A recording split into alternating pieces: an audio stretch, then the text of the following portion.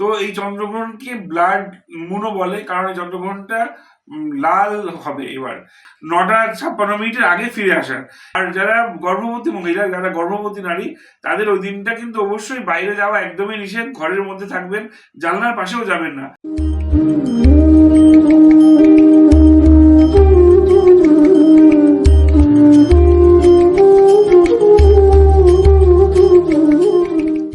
নমস্কার, আমি ডক্টর হীরক সরকার, অ্যাস্ট্রো হীরকে স্বাগত জানাই। 7ই সেপ্টেম্বর চন্দ্রগ্রহণ 2025 রোববার।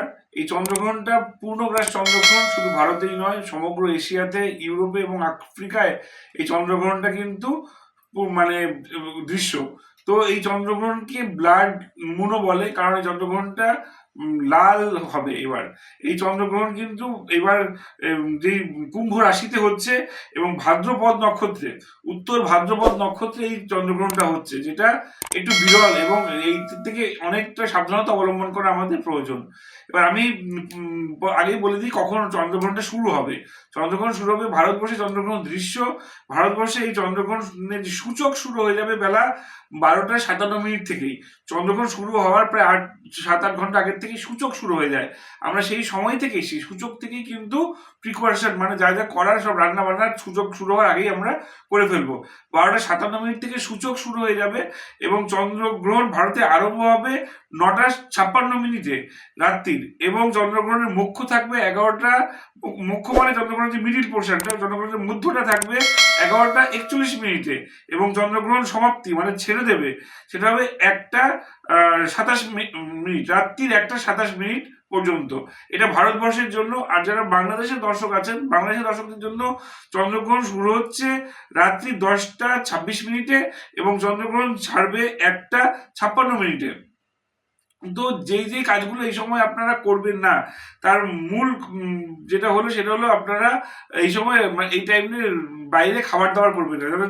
যারা সাধারণত ছেলেরা বাইরে কাজ থাকে, রোববার দিন অনেকেরই ছুটি থাকবে, তবু যাদের মানে যেতেই হয় বাইরে, তারা ওই দিন চেষ্টা করবেন যে 9টা 56 মিনিটের আগে ফিরে আসার। এবার সেটা যদি সম্ভব না হয়, তবে বাইরে অবশ্যই অবশ্যই খাবার দাবার মানে খাবেন না।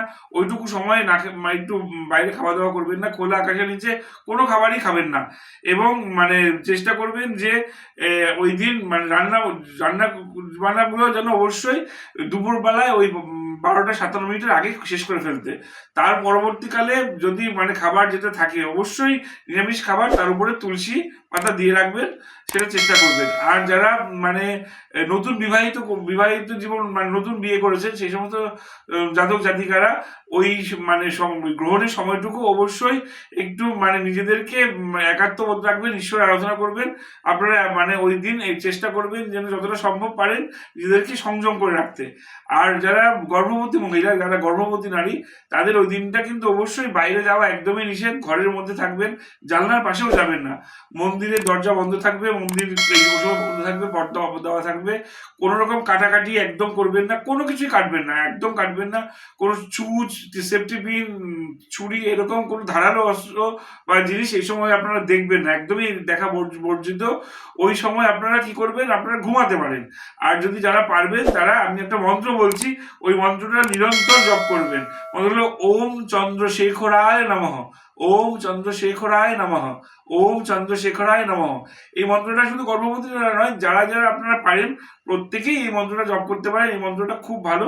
তবে আমি যেইগুলো বললাম অবশ্যই আপনারা কোনোভাবেই ওই সময়টুকু বাইরে খাওয়া দাওয়া একদমই করবেন না। আর যারা খুব চন্দ্রগ্রহণ দেখতে ইচ্ছুক, এরকম অনেকেই আছেন মানে চন্দ্রগ্রহণ দেখতে ইচ্ছুক, তারা কিন্তু খালি চোখে চন্দ্রগ্রহণটা দেখবেন না, এবং সেটা যেন অবশ্যই ফিল্টার্ড কিছু হয়। খালি চোখে চন্দ্রগ্রহণ দেখবেন না কোনোভাবেই না। দেখতে দেখতে খাওয়া দাওয়া একদমই করবেন না। ভালো থাকুন, সুস্থ থাকুন। এই গ্রহণ আপনাদের রাশির উপর কি কি প্রভাব পড়ছে পরবর্তী এপিসোডে হয়তো আমি আনবো। আপনারা এই গ্রহণ পালন করুন, ভালো থাকুন এবং সুস্থ থাকুন। নমস্কার।